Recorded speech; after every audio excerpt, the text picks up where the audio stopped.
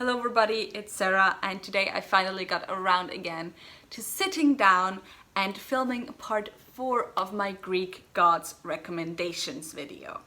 I have already previously done 3 of these videos in which I each talked about 4 gods and then chose 2 characteristics per god on which I then based book recommendations. I also decided that I wanted to turn this recommendation series into a book tag, since I saw that the only other Greek gods tag that's on BookTube is really old already and very much, as far as I saw, Percy Jackson based and less so like mythology based.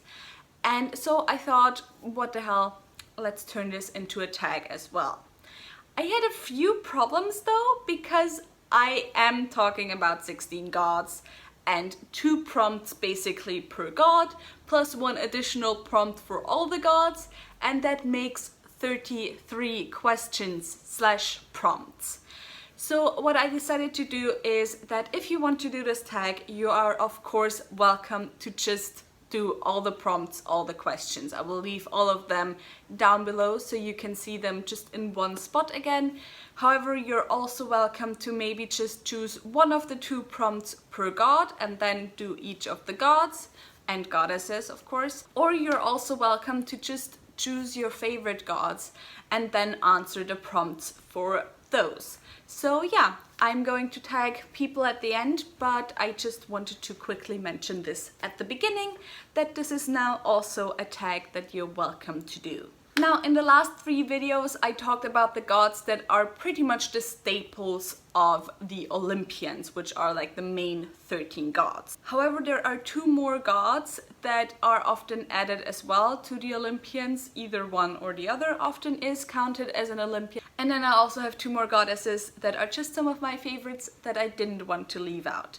So let's start with Hestia. Hestia is one of the goddesses who sometimes is an Olympian, sometimes isn't, and she is the goddess of the hearth.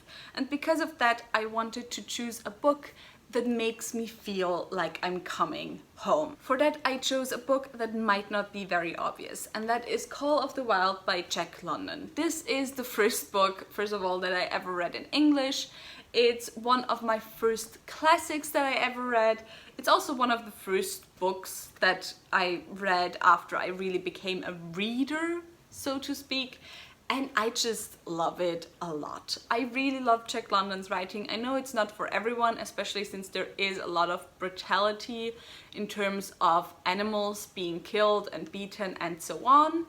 But we basically follow this slay dog as he goes from master to master and has a shitty life, simply put. But I just love Jack London's writing. As I said, he just has a really beautiful way to describe just atmosphere and landscapes. The second characteristic I chose for Hestia is that Hestia is one of the goddesses who is known as virgin goddess sometimes. She, I think, took an oath that she would never get married, and of course that meant that she is a virgin.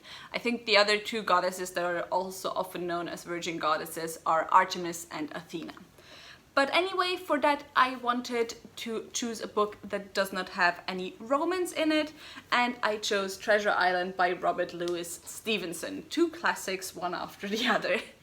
Treasure Island is the story of a young boy who goes on a treasure hunt, if you didn't know, and it's this kind of classic children's story kind of, and I absolutely love it. There of course isn't any romance in it because there's not a single female character, I think. I don't know if the main character has a mom that appears or not, but and anyway, if there's a female character, she only appears for a very short time. But I still love this book and I can highly recommend it, especially if you want to get into classics. Next I have Dionysos, who is the second god that sometimes is part of the Olympians, sometimes isn't. And no, I'm not going to say Dionysus. I don't know why, but I have like a really big problem with the way that English people pronounce Dionysos.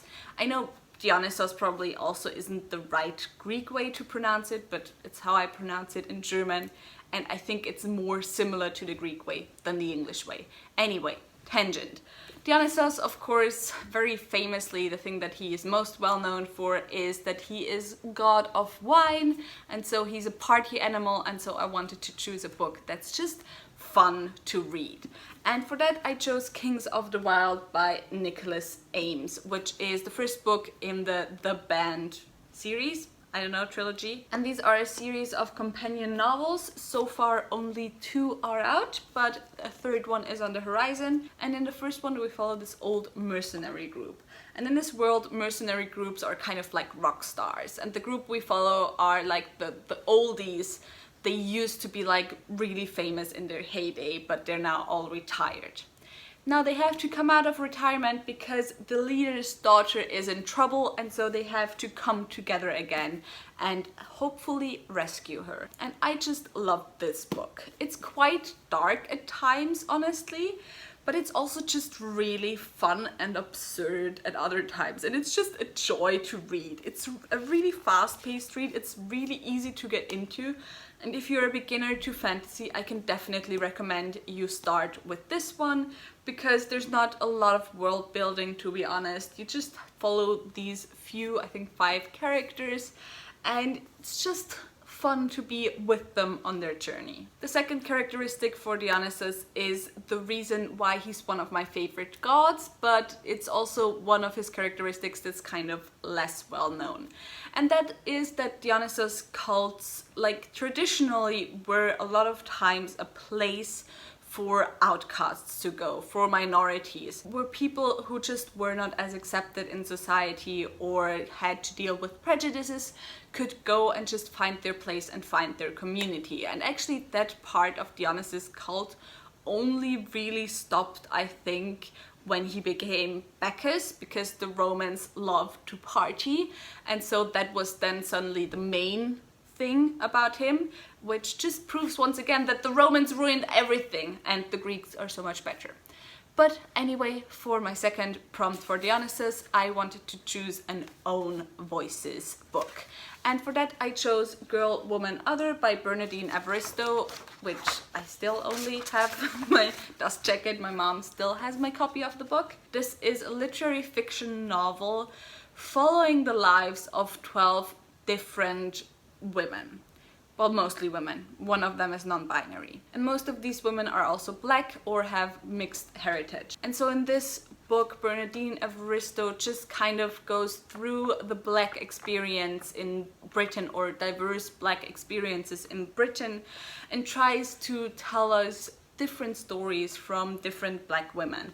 And I really enjoyed it. I loved the way it was written. I really loved the writing style, and I have a whole review on this, which I will leave linked down below and up there as well. But yeah, that's why I wanted to choose this, because it's definitely one of my favorite novels, both in terms of literary fiction and in terms of own voices novels. The next goddess I have is Persephone, and Persephone of course always changes between the underworld and the world above every 6 months. And so I wanted to choose a book that's kind of also changing worlds, portal fantasy style. And for that I chose The Child Thief by Brom. This is a dark Peter Pan retelling. I only recently talked about this actually in my video I did on books I don't talk about often. And you have kind of this portal world-changing thing when the main character, of course, changes from our world and goes to Neverland. I really loved this book when I read it. I can't remember a lot of it, to be honest, but I still remember loving it enough that I feel more or less okay recommending this to you. Then next, Persephone kind of always comes in a package deal with Hades. And you have 2 camps when it comes to the romance. You kind of have the camp of people who are saying, yeah, we love them, we ship them. And then you have the people saying, how can you ship them? This is hella problematic. Which, to be honest, the entire Greek mythology is hella problematic. I mean, most of the Greek heroes were rapists, if not all of them. Some of them fucked their moms, others killed their fathers and brothers. It's like, I mean, So like talking about being problematic and Greek myths, it's kind of a package deal. Why do we even talk about this? But anyway, I wanted to choose a book with a romance that I personally enjoy, but that can be seen as problematic. So if you do this question, choose like age gap romances, teacher-student romances, all those romances that you unapologetically love, but that other want to stop you from loving because it's problematic. Also, by the way, Monica from Mooney Reads did a great video on this topic only last week, depending on when I'm uploading this, so I will leave that link down below. But the series that I wanted to choose is the Black Magician series by Trudi Canavan. This has one of my favorite romances of all time in it, to be honest. It was one of the first romances that I ever shipped. However, it's very problematic because first of all, the dude is double the age of the girl, and in between there's like huge power differences between them, and like they're not really on a level. I mean, they're on a level when they get together, but you know what I mean. So yeah, I'm sure you'll find plenty of people saying the romance is problematic, and I'll accept it that the romance is problematic, but I don't care and I love it anyway. But also I'm kind of scared of continuing my reread of this because I'm scared I won't love the romance, the pairing as much anymore as I did when I first read this when I was 12. And then the last goddess I have is Hekathe, who personally is, next to Athena, my favorite Greek goddess. And she is, first of all, goddess of sorcery, and so I wanted to choose a book with witchcraft, with sorcery in it, and for that I chose Circe by Madeline Miller, because of course I did. And I just felt like this was the right decision. This is a retelling of Greek mythology. Circe, of course, is one of those characters who reappears quite often in Greek mythology, but she doesn't really have her own myth. And so Madeline Miller kind of collected these different appearances and then collected them into a story how she thinks Circe's life would have looked. Of course, within an interesting story. And I really love this book. I think Madeline Miller's writing is really, really beautiful. The Song of Achilles by her, of course, is also just one of the most amazing stories ever.